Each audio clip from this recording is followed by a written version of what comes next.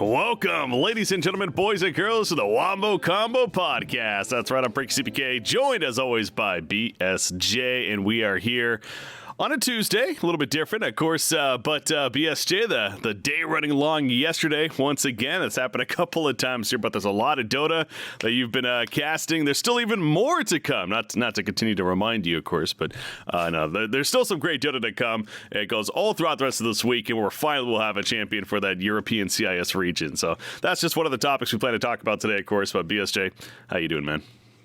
I'm pretty good.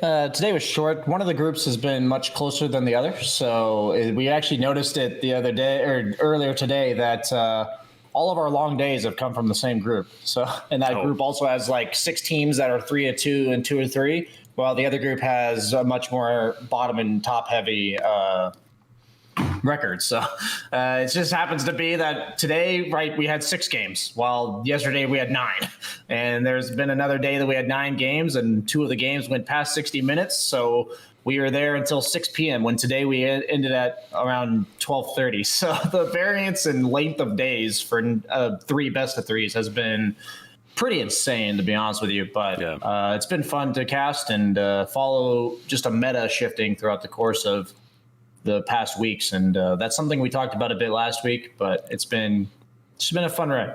I was going to say, I'm sure you're definitely going to know this patch inside of that. Like, if a team wanted to pick you up as a coach, honestly, after this tournament, I'm sure any team would be lucky to have you right now. I mean, you're probably learning a lot. No. Yeah, so obviously that taking place. Before we get too much into this, though, by the way, I want to remind you guys, again, any follows, subscriptions, even to the channel here, definitely help out not only our show, but the Predictions umbrella in general. We do have a lot of esports-style podcasts that, of course, take place on this channel. So be sure to, at the very least, hit that follow button, including a show that's actually going to be happening a couple hours from now at 9 p.m. Eastern tonight, the Rocket League show. So if you happen to be interested in Rocket League, well, they have a great scene over there. Definitely a couple of good hosts hosting that podcast. So, but as far as what we're going to be discussing today, again, there's not a lot going on necessarily. So kind of changing it up a little bit. One of the big things is, we've touched on this a little bit, but I suppose going in a little more in depth with it, is the fact, again, with everything going on right now, and in your case specifically, you're at the BTS play, or going to the studio there every day, literally casting 4 best of 3s. It's a change of pace, to say the least. So, you know, we've had a couple of players on to kind of give their perspective, but figure why not kind of give a caster's perspective on how things are going, and you know, we see tweets happening from Cap and Bliss that are with you as well. Blitz, what did he do, like 10,000 push-ups or something? Yeah, he had a challenge with a bunch of his buds to do 10,000 in a month, and he did it in like 26 days or 27 days or something. So he got me into it a bit, where just after we're done with we have like a 10-minute break, usually somewhere between like 6 to 10 minutes between every game. We just go do like 10, 15. I'll do like 10 or 15. He does like 30 push-ups every break. So it is a way to keep us awake. Somehow the days, they seem to get shorter. I guess you kind of just get used to it. It's not necessarily actually getting shorter. But yeah, it helps the day go by. It keeps us energetic, and it's been fun. It's been a really cool bonding experience just hanging out with them in general. And that's just one example of random things we're doing. We've also been doing like a daily Settlers of Catan game for the 10 minutes between every game, where we play 10 minutes of Settlers, where the game is going throughout the course of the day. So some rivalries and feuds have been formed during that. But life of a caster, it's just, I'll let you ask the next question, because I could rattle on about random stuff, so we can have some structure in this show. I mean, I've been there personally to an extent, as far as I can't say I've been like as long as you've been doing it right now. It's almost gonna be like else. 2.5 weeks. I want to say almost 3 weeks in full, where every day you're gonna be casting. I mean, that's a stretch, man. It's 23 days, by the way. 23 days actually. Jesus, yeah. So just over 3 weeks. All right, you're almost there, man. Hey, it's gonna get better. Right, you know, we got the really good match. Once the playoffs start, it should be a bit better. Yeah, I've definitely, you know, gone through stretches before like a week or so, whether I've done a couple times, from my house when big qualifiers are going on, whether it's the TI qualifiers or some big major, but certainly a different experience there. I guess there's only been a couple of times. One, I did the Epicenter event a couple of years back. Actually, myself and Grant were there with a couple of other casters, one where they hosted the competition there, and we're fortunate enough to be able to go. And I just remember we did like the whole group stages beforehand, and it was just over a week. I want to say like 8 days straight, where every day the same routine. You wake up at a set time, they take you over the bus. You sit down. In their case, it was like the small white room where like nothing was really going on. It felt a little shady, but and yeah, you cast some Dota, and then you kind of just rinse and repeat every day. So I kind of wonder for you, you obviously get along very well with Cap and Blitz that you're talking about, and the others that are there. You've done several of these events with them. So board games, I mean, are you guys hanging out behind the scenes quite a bit? Or, I mean, these are long days. So do you just more want to go home and relax? Oh, yeah. It's funny. We're all very similar in a lot of ways. Obviously, we're not the same people, but for instance, me and Grant, we're staying in an Airbnb during this, where he's upstairs and I'm downstairs, and like we drive back, and then he goes upstairs and plays WoW and basically does whatever, and then I stay downstairs and either relax or I'm on my computer playing random games. It's really frustrating to play on a kitchen table to play Dota and everything. It's not the most comfortable setup I got. I am on my PC. I just brought it out because I had to drive. But we have just been basically spending all day together. So all of us are just like on the same page of see you tomorrow, guys. Last thing we want to do is like spend too much time around each other and just get tired of each other, which would definitely happen, I think. But me and Grant have a lot in common about random stuff that we've realized where we're like, are you ready to go? Yeah, let's get out of here. There was nothing that needed to be said, where once we get home, he goes upstairs, I stay downstairs, and we just don't see each other until the next day. And there's nothing wrong with that. It's not like we don't like each other. It's just like keeping our distance, because we're spending 10 to 14 hours a day in the BTS studio.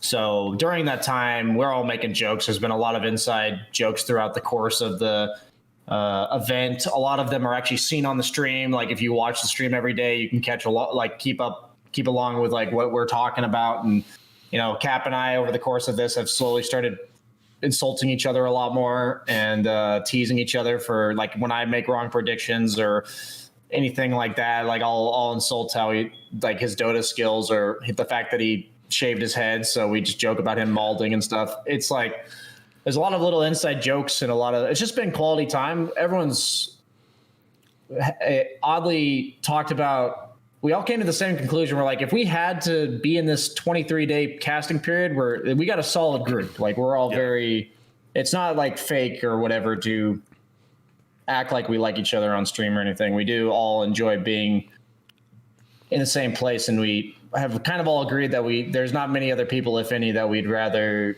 go through this grind with. So that's been quite enjoyable. And also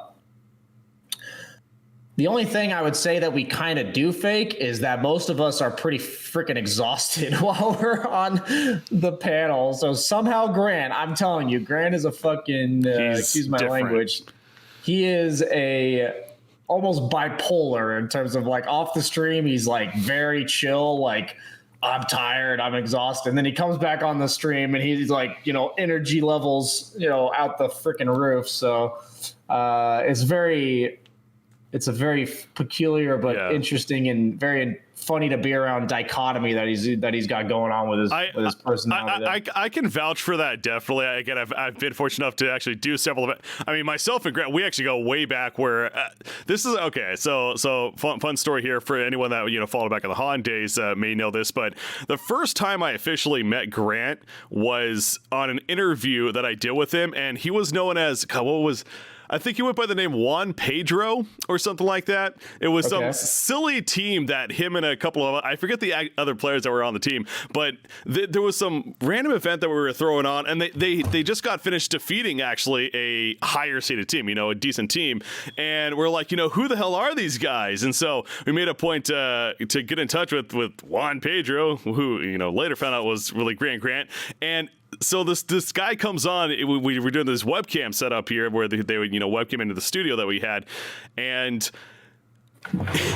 I kid you not, I'm sure there's a video somewhere. He's literally wearing a paper bag over his head with the eyes cut out in the paper bag, and he's talking in like a Spanish accent, like totally put on an accent and everything. And I'm like, this is actually happening right now. This is professional Heroes in New Earth at its finest right now, and esports overall. So Grant's a character for sure. Yes, absolutely. And after that, I'm like, I never want to talk to that guy again. That was ridiculous. Just kind of in the moment type deal. But later on, I come to find out who it actually was, and I've learned more and more about his history. And then after the transition to Dota especially happened, I got the chance to actually talk with him quite a bit at, I think it was TI7.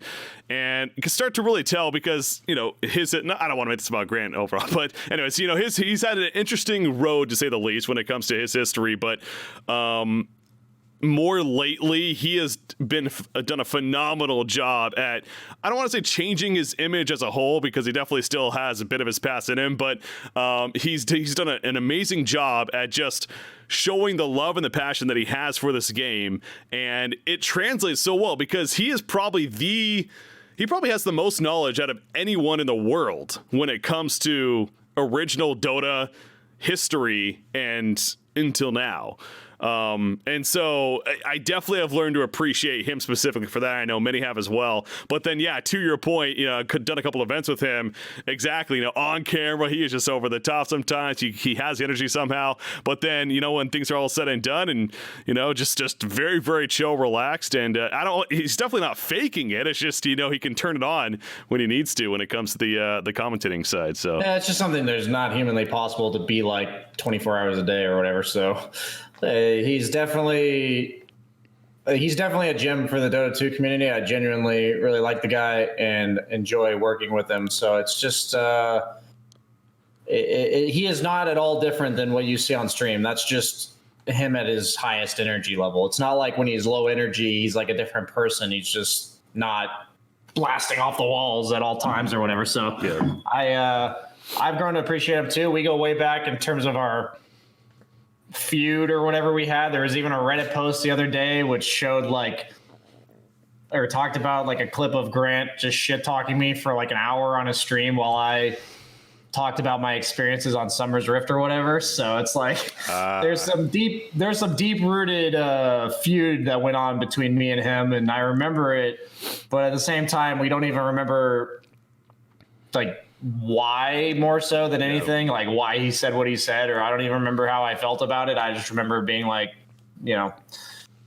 why am I like at that time I kind of had beef with a lot of random I'd call them goons kind of thing, and he even referred to himself as such. I just laugh at the fact that him and I have a lot in common randomly, and you would have never thought. And there's just like, oh, what was it? Oh my God. There's something that happened today where we both said we would do, like, I was thinking what I would do in a given situation, and he said the exact same thing that I was thinking. And I'm like, dude, that's a little weird. Like it happens a lot. Like we just have the same random thought processes about similar things. And it's something I've never realized because we didn't spend more than a few days at every event together. I've spent a decent amount of time with Grant. We did like an MDL event like 2 years ago where we did basically what we're doing now for like 6 days or 5 days rather than 23. But this has been a whole nother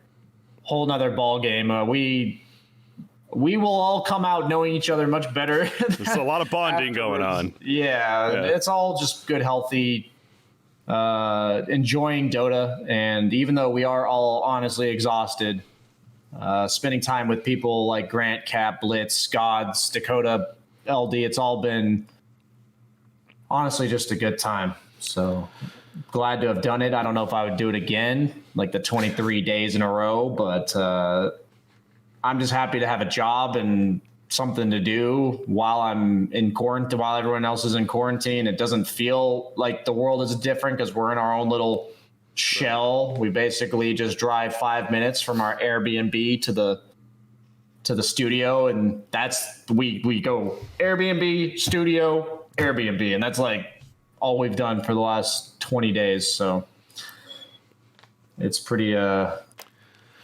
it's very sheltering, and you just don't see what's going on. Like, we know, but we don't feel it, I guess. It's going to be weird when it's over, man.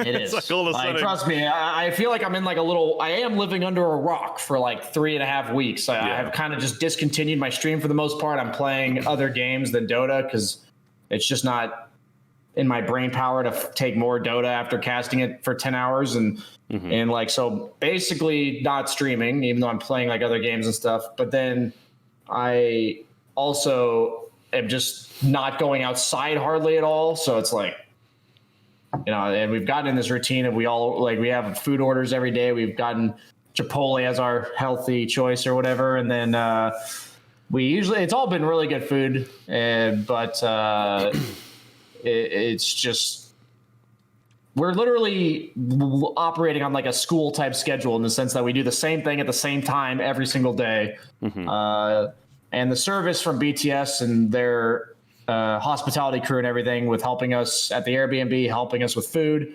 it's all been incredible. So shout out to them for that. And life's good. It's just like since the quarantine's happening, I've had a bunch of random requests for coaching sessions. I've had people come into my stream bitching that I'm not playing Dota, and I'm like, I've tried to just ignore all that crap because I'm like, guys, do you realize how many hours of Dota I am dealing with a day? And I do look forward to when I get back home because, like you said, I've learned a shit ton watching these games, and I really have no other option too. Meaning, I'm not going to be watching 10 hours of Dota a day.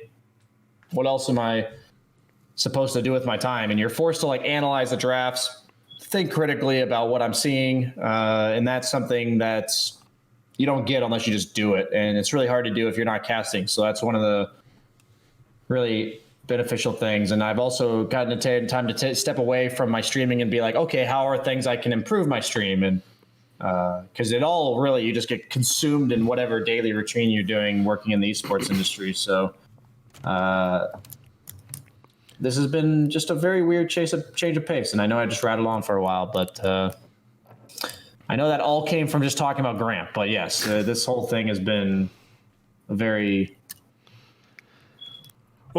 once in a lifetime experience. Yeah, and I think it's kind of important too to really help put everything in perspective. We did a little bit last week, but another good example I feel is like myself. I originally was attempting to become more of a broadcaster in traditional sports, whether it's basketball, football, whatever.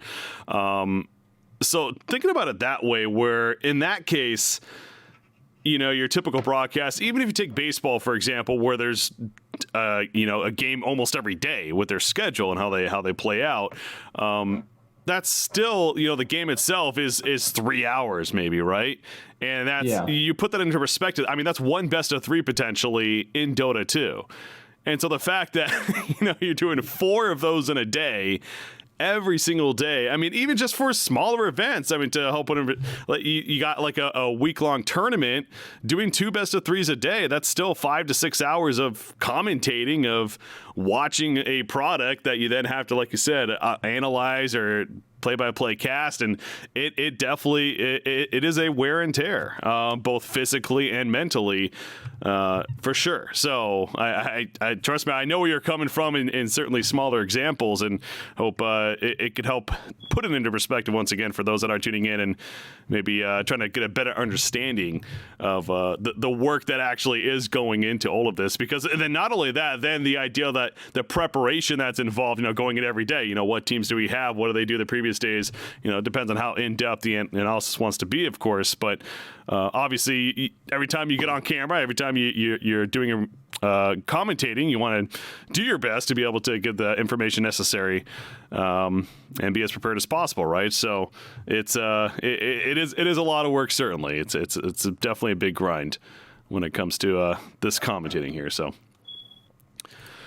All right, so 3 more days of the group stages as we keep going back to with this event, and then the playoffs start, as I mentioned. And I was double checking the schedule, so it looks like it goes through Sunday.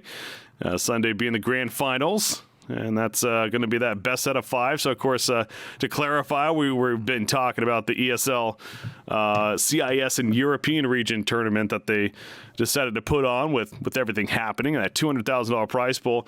So getting a little more into the event itself, or kind of recapping somewhat as far as some standout things that have been taking place.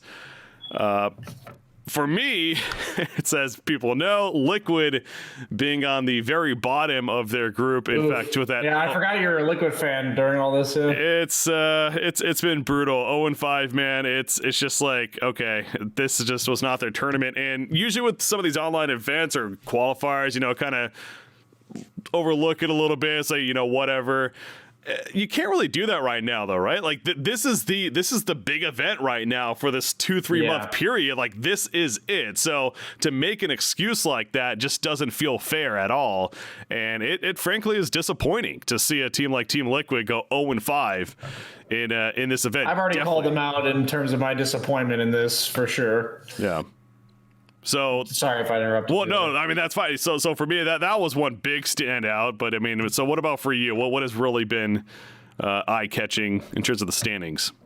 In terms of the standings, I would say VP, not because they're on top, but they have looked like secret level. Like, they've been secret. I knew secret coming in was going to be the best, but VP has looked crushingly dominant in all of their games. And I think Resolution as an individual has probably the most impressed me throughout the course of this event. He's basically carrying them in the way that we know him from previous years in other roles, or the carry role. He's doing that from the offlane, and he's owning. So I really like it. It almost is inspirational to me, since I've personally gone from carry to offlane too, to see someone like him just, for lack of a better word, blossom into what he's turned into. So that's really cool for me to watch. We've also had him in like interviews.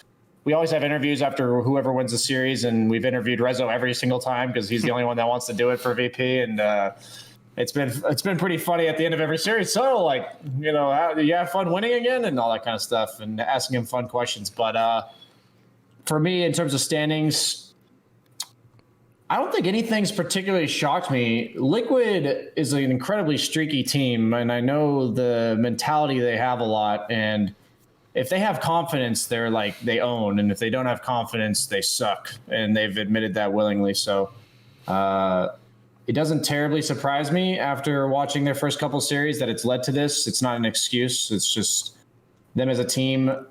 I think they've like tried to create their own version of the meta. And for instance, Storm Spirit's like 1-12 in the last 13 games. And they picked like Storm Spirit like 4 times, and they were first rounding it even. Like, the hero's just bad. Every other team stopped picking it, and they just kept picking it. They were picking heroes like Crystal Maiden. Nobody else was picking.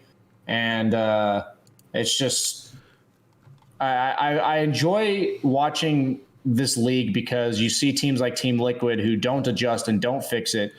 And then I see teams like Alliance who looked really bad at the start, and I thought they were just going to be bottom of the barrel. So I guess you could say they're kind of surprising me, because S4's first series as a captain, he looked like a terrible drafter. They looked all over the place. And then compare that to like their 5th series yesterday, and their drafts were better. They looked like the better team. In the second draft, I thought it was pretty even against Na'Vi, and they just outplayed them in all fronts. Like, they just looked like a way better team. So that, to me, it was pretty mind-boggling how some teams bounce back so quickly to a meta that was clearly established by certain teams. And then the meta's shifted so many times in regards to Dota's. How it works is there's one hero that's considered really good. 5 games or so later, somebody's figured out a way to beat it. So whatever hero is good against that hero becomes higher priority. And so people start banning the hero that counters it, and then you ban that hero. And then because that other hero is now getting picked, there's other heroes that are good against that hero. And suddenly you see heroes you haven't seen the entire freaking tournament getting first rounded, just to counter pick it, just to like deny pick it. It's like, it's really interesting. We're now arriving at like the top 10 heroes or so that are all getting picked over and over again. Mm-hmm. Like in the off lane, it's like Pangolier, Axe, Mars. And the beginning of the tournament, it was like all Centaur. We've kind of, that hero's fallen off a bit. And like the 4 role, we see Tusk, Earthshaker, Earth Spirit, all these melee bruisers, no more like Rubik's or anything for the most part, unless people pick Enigma, which we saw that against Liquid. And then in like the mid lane, it's Death Prophet. Queen of Pain is like the huge new meta hero that everyone's picking. It's good against Death Prophet. I've seen it now laned. I've seen it picked in the first round like 4 times, and it owned every single game. So Queen of Pain apparently is the new hot shit. And in the safe lane, it's all like you saw Terrorblade and Wraith King every single game in the NA series, and I've seen maybe 2 Terrorblades and 5 Wraith Kings in 60 games or whatever of EU. So it's just very fascinating to just see like new heroes that came out of nowhere as a response, and then people like, wait a minute, we can't actually counter this, and suddenly Queen of Pain went from this 9th pick counter pick in lane to DP or something to suddenly first round and nobody knows what to do. Yeah. So I almost think in 2 days from now somebody might know what to do against Queen of Pain, and then she might not be very good anymore. I don't know, but it's just that's been the most surprising to me is the teams that have adjusted so quickly, and then teams like Team Liquid have just. I think Team Nigma and Team Alliance are the 2 teams I would say, or not Team Nigma and Team Alliance are the 2 that looked a bit shaky at the start and then have just come roaring back by quickly reflecting and adjusting what they were doing. And it was quite a pleasure to watch teams of that caliber look really and then suddenly, like the next day, their strategies look different, their drafts are more refined, and they're owning. So it's pretty cool.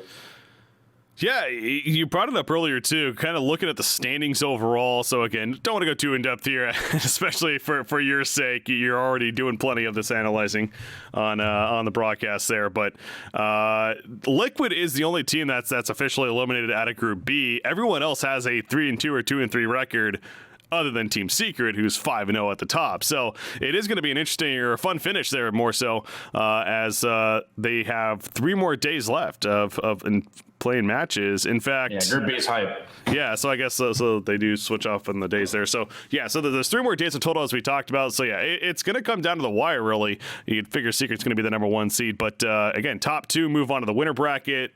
Next 2, so 3rd and 4th, go to the lower bracket, and then the bottom 4 overall in each of the groups get eliminated. So, but Secret and Virtus Pro are on top of their groups respectively, and yeah, VP certainly.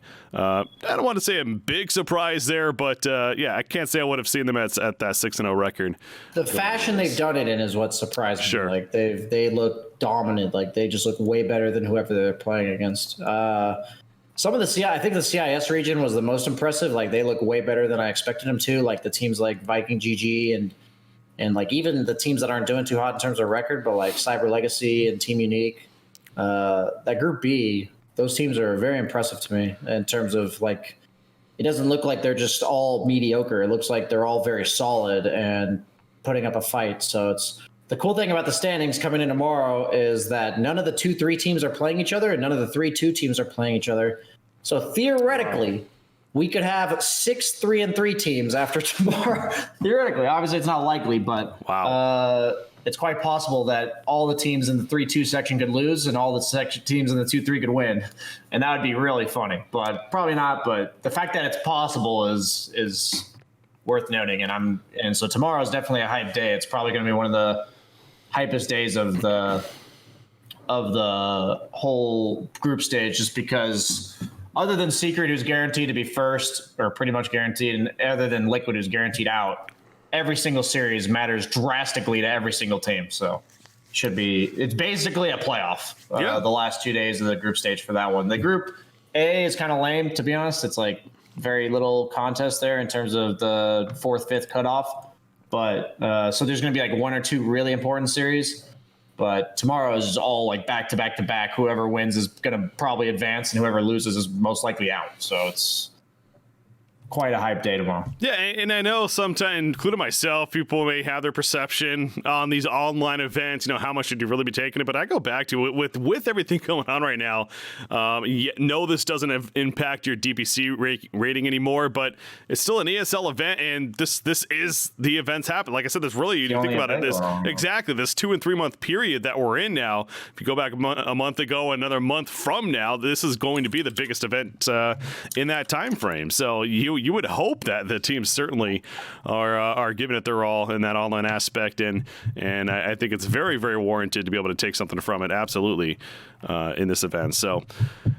Yeah, again, don't want to spend too much more time on this event specifically, but guys, by next week, so the next podcast, next week, we'll know the winner and everything, and it'll be kind of a fun wrap-up, I'm sure, for yourself, too, as far as it all finishing to discuss how it all plays out, but it's going to be interesting. Again, we know Secret and VP going to be the top dogs going into the playoffs, at least. We'll see if they continue that going through. So going to keep an eye on that throughout the week. Hopefully, and again, for you guys that are tuning into this podcast, whether it's on the live show or listening to it on your podcast platform, every day, those 4 best of 3s are happening. And then once the playoffs start, some really good series definitely taking place.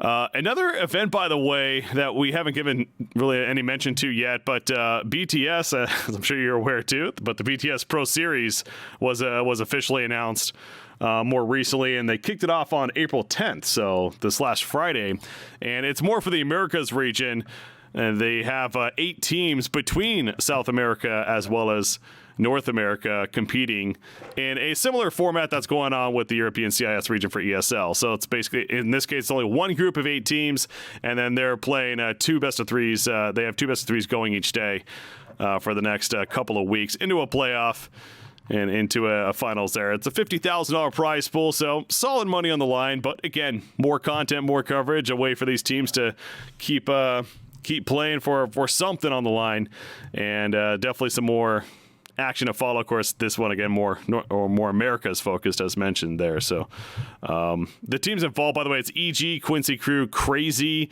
Cloud9, Business Associates, Beast Coast, Furia Esports, and Thunder Predator are the 8 teams. I do find it interesting that it's worth noting, Evil Geniuses, they are using stand-ins for Abed and Ramses, of course. Royoya and Boba are standing in. But Crazy, they have players like Skitter and Kazu even. So I don't know if they're just playing from Europe. They are. Okay, that makes sense then, I guess. But yeah, that's so that is interesting to note then, that they're dealing with the ping issues there, playing across region. But any thoughts from yourself, BSJ, in terms of this event that's going on? My thoughts is that I know what's going on, and I've heard all the rumors about how bad Cloud9 is. So that to me is a good hoot. I hate to root against anybody on the team, but something about Eternal Envy running through players like, dirty laundry is entertaining to me to see him lose. So something about that's just really funny to me. And I've heard the memes and read all the things on Reddit. But obviously, I don't watch any more Dota than the freaking 10 to 14 hours a day that I'm already doing. So other than the memes and stuff I've heard about from it, I have not watched it. But I think it's a great thing that it's going on. I think all content, a lot of people are just very happy to have stuff to watch and do while they're just stuck at home. So yeah, great use of a bad situation to experiment and try stuff in terms of leading into next season. Obviously, we talked about last week for the leagues. This is kind of a preview of what we're going to get. And I just smile because I can't believe, like somebody in chat mentioned, I just can't believe how bad Cloud9 is. I actually can't fathom how a team of those players can just never win. Like, how can you just not win a game? I think they're 1-17 or whatever is what somebody in chat said. And I'm like, I'm aware it was really bad, but that's like a whole nother level of bad. So I've gotten a big hoot out of that. But aside from that, I did cast most of those teams, if not all of them. I did cast all those, I believe, at the original ESL Online League, NA and SA Region League part. So I did see all those rosters with the EG stand-ins.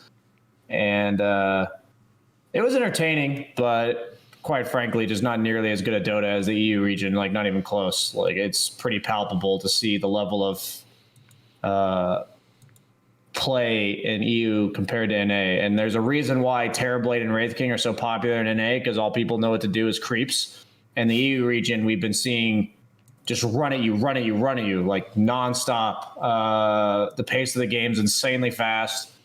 A lot of heroes like Necrophos get picked every now and then. Bristleback's been the number 1 pick out of nowhere. Weaver carries even seeing picks just because it's such a fast-paced hero.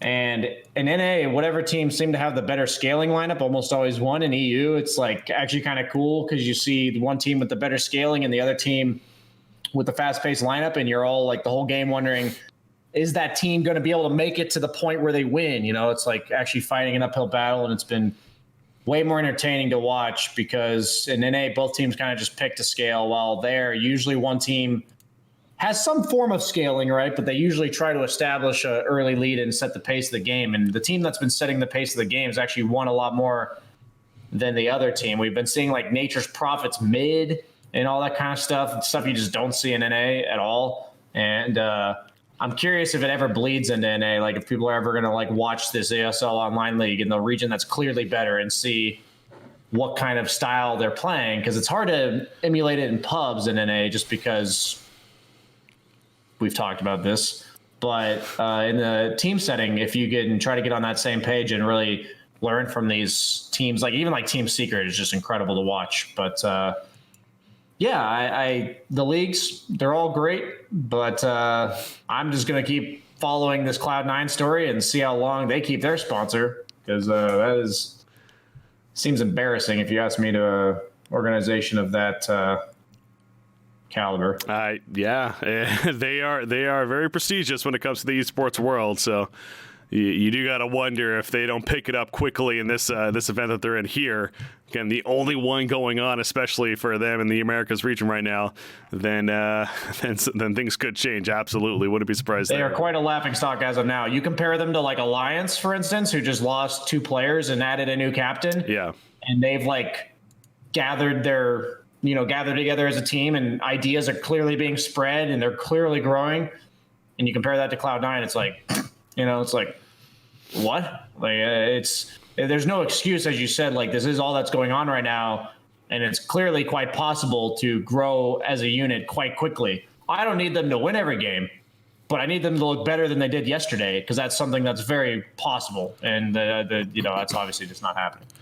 Well, it kind of a side thing here from that discussion is the idea that you do kind of wonder, again, because I really don't know. I haven't been enough around behind the scenes with a lot of these competitive teams, but how much research actually is done by a lot of these teams, or do they have people that are assigned specifically to look up these other teams or watch all these other games that are happening and pick up on such strategies? Obviously, you think about roles like the coach specifically that come to mind, but I remember, God, there was a documentary, this was like 3 or 4 years back, where Kips, she was a part of the Fnatic organization, and they had done the documentary on that team as well as a couple others leading up to TI, I believe it was, and her job specifically was more about doing just that, analyzing other teams, what they're doing, analyzing the meta, and bringing in all that data to then figure out what they could potentially try themselves. And I understand data only means so much, and you don't want to just say, oh, everything else or all these teams are running this, so we should be 100% running this. But to your point about this Terror Blades and Wraith King meta in North America, and yet that's not really seen over there in the European CIS region, which they're having 4 best of 3s every single day being played for 2.5-3 weeks.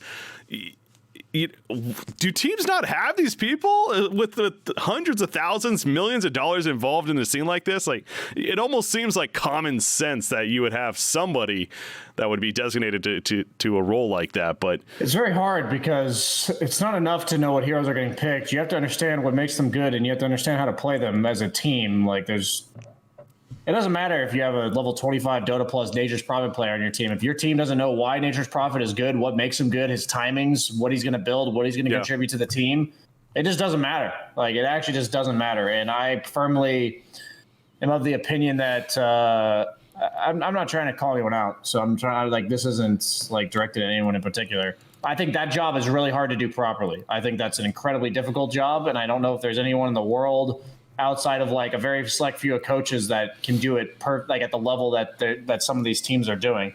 And there's a reason why, like we were talking to Arzard, I believe, who coached, or Arzik, I think Arzik is his name. Yeah. He coached VP last year, and he's coaching, think Unique or Cyber Legacy, one of those, like one of the other CIS teams.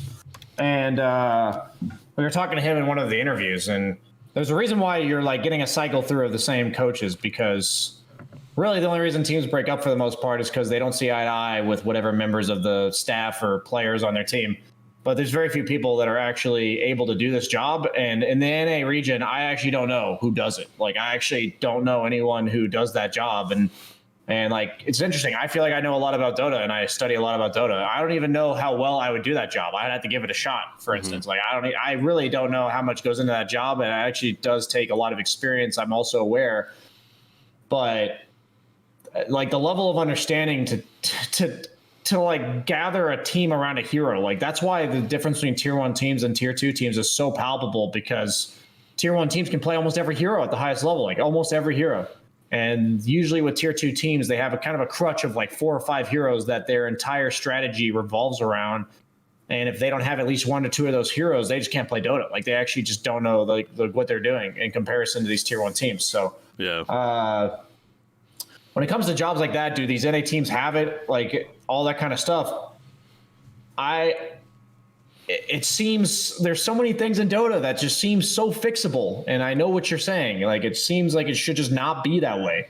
But that's like the beauty, but also the freaking agony of Dota is like a lot of these teams are talking about. I've tried to ask them, what do you feel like you're growing the most about when it comes to this tournament as you're going over the course of it? And they are watching each other. They're watching a lot of games. They're realizing for themselves, they're self-correcting. Like, what went wrong? Was it our view of the draft? Was it the way we played the draft? Like, is it the heroes were prioritizing it? Like, what is it? You know, and a lot of them have talked about how their view on the meta and the way they're approaching the best of 3. Like, just today we talked to Aramis of Viking GG, one of the teams that have come a long way. And he said that the way we've recovered coming from game 1 to game 2 has changed a lot over the course of this tournament. And it really does show in their results. They've had, I believe, like almost all of their wins, they lost the first game and then won the next 2. So it really shows that they're adjusting to the teams they're playing against. And it's very hard to, it's just like in programming and like computers, where if there's a bug and it says error, you get the trial and error, almost everything, to find out what component of it is the issue.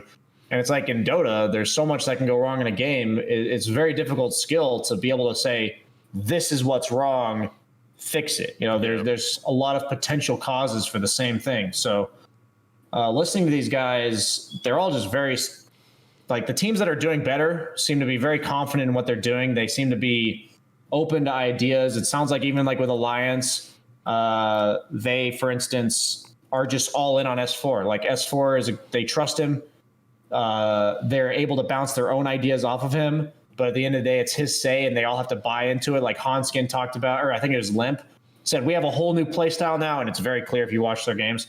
And sometimes we just don't play it perfectly because S4 is making the calls, or he's the one making the draft, and we've never played that before. But rather than, like, I tell you from NA perspective, I assure you there are a lot of freaking times where you do that and the team will blame the draft rather than blaming the fact that we didn't play the draft properly. And I can tell with that team, the atmosphere seems pretty healthy in regards to all inning on one guy's idea of Dota, but bouncing your ideas off of that one centered unit. And I can tell you, based on hearing and talking briefly to the people of C9, there are way too many voices going on in that team, like way too many. And it's like, I assure you that there is chaos, turmoil, a lot of random shit in that roster, because if they were able to band around one guy's idea of Dota and just basically be humble and like have enough humility to do so, that team would improve. What? I was great. OG. Yes, OG, absolutely.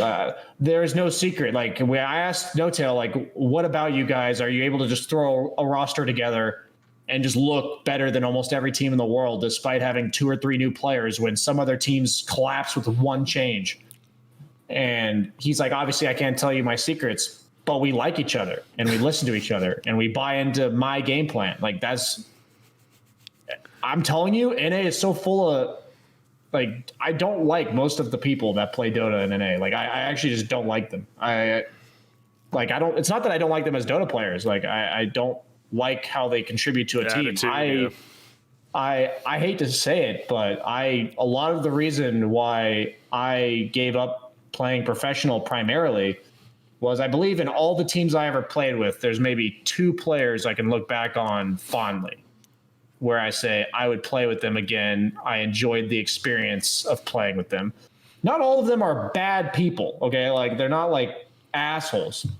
They just don't handle conflict. They don't like put in the work that everyone else is doing. Like I know for a fact on some of these NA teams, I'm not going to rat people out, that there's imbalance of work ethic, that there's lack of trust between team to team, teammate to teammate, where I can tell you if you don't trust your teammate and he's supposed to be the one that carries you, like say he's got the 10th pick or whatever, you're going to play differently if you don't trust that guy.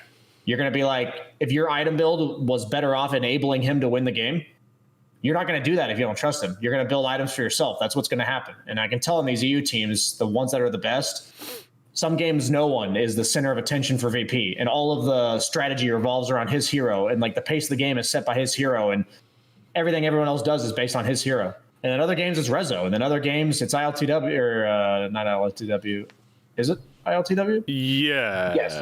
I get mixed up the team sometimes. Sometimes it's ILTW, and I'm just like, you can just tell they like each other. You can just tell that they're willing to just do whatever it takes to get to the same goal. And I'm telling you in NA, it just does not happen from every team I've experienced. And a lot of these tier 2, tier 3 teams, I've played with most of these guys at some point, like at some point. And it is a mentality issue beyond comprehension to most people who've never experienced it.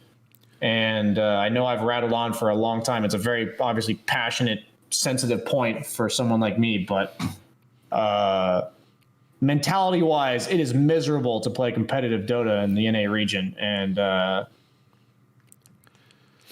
I hear about it too. And there's very few teams in the CIS and EU region that I've talked to where anyone seems remotely like, yeah, obviously they could be faking it. There's no way to know, but they just seem to enjoy getting better and learning the game of Dota 2 together. And that's what's supposed to matter in a team setting. And easier said than done, but there's a reason why the growth of the CIS region, for instance, it doesn't surprise me. That region has increased dramatically in terms of the tier 3 and tier 3 scene, tier 2 and tier 3 scene. Like the skill level is insanely high compared to like a year or two ago. And even though the rosters are kind of shuffling, sometimes personalities conflict and everything. It's just the mentality of trying to get better. And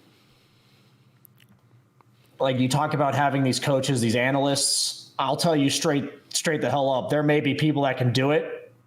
There are plenty of people in NA who are not coachable and malleable. Like they're just not. Like you will not get through to them. They will not listen to you. Like, yeah, they'll hear you, but they won't listen. And that's where I draw the whole NA's problems from. Like it's actually almost demoralizing to say it out loud. To be like, this is because it really brings back like vivid experiences of my own. And by no means do I think I'm some, high or what. I'm not trying to put myself on a pedestal or I was above all this crap. Like, it's very easy to buy into this crap too. And it took me not playing for 6 months plus to realize what the problem was in all my teams and that I was one of the contributing factors by buying into a mentality that's a failure's mentality. And it's just like, I'm going to probably cut myself off there. But this whole watching this EU CIS region at an intimate level, in the sense that I'm watching them so much every day. We're interviewing teams. You can see the changes they're making. You can see the growth. And that is something I have not seen in any team I've ever played on or like seen in the NA region. And it's just really cool, but it almost feels like a fairy tale. That's like what it feels like from my perspective. Yeah, we are running a little bit long here, but I think those are some fantastic points. Very well said. And it honestly, you kind of think about just esports as a whole, not even necessarily Dota 2 or North America region, but esports as a whole, just the lack of structure that is within in a lot of cases. And, that is growing pains, right? We are still very early on in the big scheme of things. There has been more foundation in certain games that have taken place, and you do look at structures behind some of these franchise leagues, and the fact they have coaches, they have trainers, they have all these things. You got to kind of wonder, what that would be like, within the Dota 2 scene if it was to come to that. But obviously, that's a whole nother discussion once again. But yeah, there was another topic that I thought would be kind of interesting to discuss as well. But honestly, we could save it for another time because we are getting up to the hour mark here. So I think it makes sense to Sorry for running on there. No, never be sorry, man. That's why people tune into the show, right? To hear myself and especially your opinions. Yes, yeah, you're rambling as you call it. But no, I honestly think that was very well said in a lot of ways. So yeah, it was a good rant, as TCG somebody in chat called it a nice rant. I guess that's like a left-handed compliment. The rant was good. Yeah, right. No, but so I think we are going to start wrapping up here, guys. Again, as far as recapping and stuff, not a whole lot to go over once again. Next week will be a little bit better once as this event will officially be over. One that BSJ, of course, is commentating for, and a couple other things are happening. But we'll see. We'll take it week by week, as we all are right now, especially. But we definitely plan to be here every week as we have been, of course. So I want to thank you all for tuning in. But BSJ, before we do wrap up, anything else before? I've said enough as always. Fair enough. All right, ladies and gentlemen, let's go ahead and start wrapping it up officially. One more time, feel free to follow the channel as well as even subscribe if you would like. It does help support not only our podcast, but the whole Prediction Esports Umbrella podcast. And about an hour from now, 9 p.m. Eastern, on this very channel, there will be a Rocket League podcast as well. So if you happen to be interested in Rocket League, definitely stick around for that, or tune back in, I suppose, in about an hour from now. But as far as the Wombo Combo podcast, we are officially wrapping up. Until next time, have a good night.